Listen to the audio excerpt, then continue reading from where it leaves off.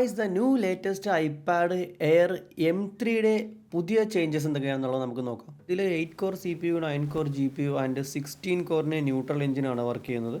Mainly ഇത് graphic design ചെയ്യുന്ന ആൾക്കാർക്ക്, ആർക്കിടെക്ചേഴ്സ്, പിന്നെ പെയിന്റിങ്, ഡ്രോയിങ് പോലുള്ള കാര്യങ്ങളൊക്കെ ചെയ്യുന്ന പ്രൊഫഷണൽ, നമ്മുടെ പവർ പോയിന്റ് പ്രസന്റേഷൻ കാര്യങ്ങളൊക്കെ ചെയ്യുന്ന ആൾക്കാർക്കാണ് കുറച്ചുകൂടി യൂസ്ഫുൾ ആയിട്ട് വരുന്നത്. അതല്ല നോർമൽ യൂസ് ചെയ്ത്, അതായത് നമ്മൾ സാധാരണ വീഡിയോസ്, ഗെയിംസ് അങ്ങനെയുള്ള കാര്യങ്ങൾ നോക്കാനാണെന്നുണ്ടെങ്കിൽ ഇത്രയും ഇൻവെസ്റ്റ് ചെയ്ത് ഈ ഒരു പ്രോഡക്റ്റ് വാങ്ങേണ്ട ആവശ്യം വരുന്നു എന്നുള്ളത് എനിക്ക് തോന്നുന്നില്ല. That's up to you guys. And ഇത് latest apple pencil pro and magic കീബോർഡുമായിട്ട് വർക്ക് ചെയ്യാൻ കഴിയും. Space grey, blue, purple and starlight എന്നീ കളേഴ്സിലാണ് അവൈലബിൾ ആയിട്ട് വരുന്നത്.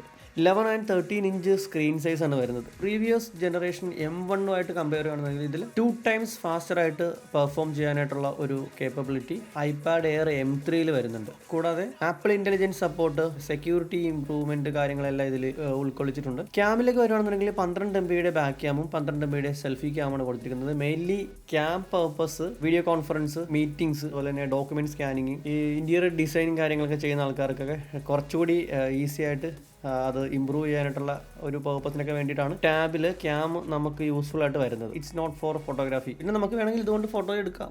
LCD ഡിസ്പ്ലേ ആണ് കൊടുത്തിരിക്കുന്നത്. മേജർ വ്യത്യാസം വരുന്നത് M3യുടെ ചിപ്സെറ്റ് കൊടുത്തിട്ടുണ്ട്, ലേറ്റസ്റ്റ് iOS, അതുപോലെ Type-C ചാർജിങ്, പെൻസിൽ പ്രോ, അതുപോലെ തന്നെ മാജിക് കീബോർഡ് പോലുള്ള ആയിട്ട് ഈസി ആയിട്ട് നമുക്ക് യൂസ് ചെയ്യാൻ കഴിയും. ഇങ്ങനെയുള്ള കുറച്ച് കാര്യങ്ങൾ, പെർഫോമൻസ് ആണ് മെയിൻലി ഇതിൽ വരുന്നത്. സോ ആ ഒരു പെർഫോമൻസ് നമ്മൾ എത്രത്തോളം യൂട്ടിലൈസ് ചെയ്യുന്നു എന്നുള്ളത് ഡിപ്പെൻഡ് ചെയ്തിരിക്കും. നോർമൽ കാര്യങ്ങളൊക്കെ ആണെന്നുണ്ടെങ്കിൽ നമുക്ക് ഇത്രയും ഇൻവെസ്റ്റ് ചെയ്ത് ഈ ഒരു ടാബ് എടുക്കേണ്ട ആവശ്യം വരുന്നില്ല. സ്ക്രീനിൽ ആന്റി റിഫ്ലക്റ്റീവ് കോട്ടിംഗ് പ്ലസ് 600 നിറ്റ്സിന്റെ ബ്രൈറ്റ്നസ് ആണ് 13 ഇഞ്ചസിൽ വരുന്നത്. 11 ഇഞ്ചസിലേക്ക് വരുവാണെന്നുണ്ടെങ്കിൽ അത് 500 നിറ്റ്സ് ആവും. If you want to buy this new iPad Air M3, എനിക്ക് ബെറ്റർ എന്ന് തോന്നുന്നത് 13 ഇഞ്ചസ് ആണ്. ആപ്പിൾ ഇന്റലിജൻസിന്റെ അഡ്വാൻറ്റേജ്, iOS 18.3.2 ആണ് കൊടുത്തിരിക്കുന്നത്. അത് 18.4 നമുക്ക് അപ്ഗ്രേഡബിൾ ആണ്. USB Type-C 3.1 ആണ് കൊടുത്തിരിക്കുന്നത്. അത്ര ഫാസ്റ്റ് ചാർജിങ് എന്ന് പറയാൻ പറ്റില്ല, പക്ഷേ നമുക്ക് നോർമൽ ആയിട്ടുള്ള ചാർജിങ് ഇതിൽ കിട്ടുന്നുള്ളൂ. 120 ഹെർട്സിന്റെ റിഫ്രഷ് റേറ്റ് അൺഫോർച്ചുനേറ്റ്ലി ആപ്പിൾ ഇതിൽ കൊടുത്തിട്ടില്ല. സോ അത് എന്തുകൊണ്ടാണെന്നുള്ളതാണ് എനിക്ക് അറിയത്തില്ല. എല്ലാ ഫോൺസും ടാബ്ലറ്റും 120 ഹെർട്സ് കൊടുത്തു തുടങ്ങി. എന്നിട്ട് ആപ്പിൾ എന്തുകൊണ്ട് ഈ ഒരു 60 ഹെർട്സിൽ തന്നെ ഇപ്പോഴും ഇങ്ങനെ പിടിച്ചു കിടക്കുന്നു എന്നുള്ളത് എനിക്ക് മനസ്സിലാവുന്നില്ല. സോ എയർ M3യിൽ 60 ഹെർട്സിന്റെ റിഫ്രഷ് റേറ്റ് ആണ് നമുക്ക് കിട്ടുന്നത്. ടോപ്പിലായിട്ട് ടച്ച് ID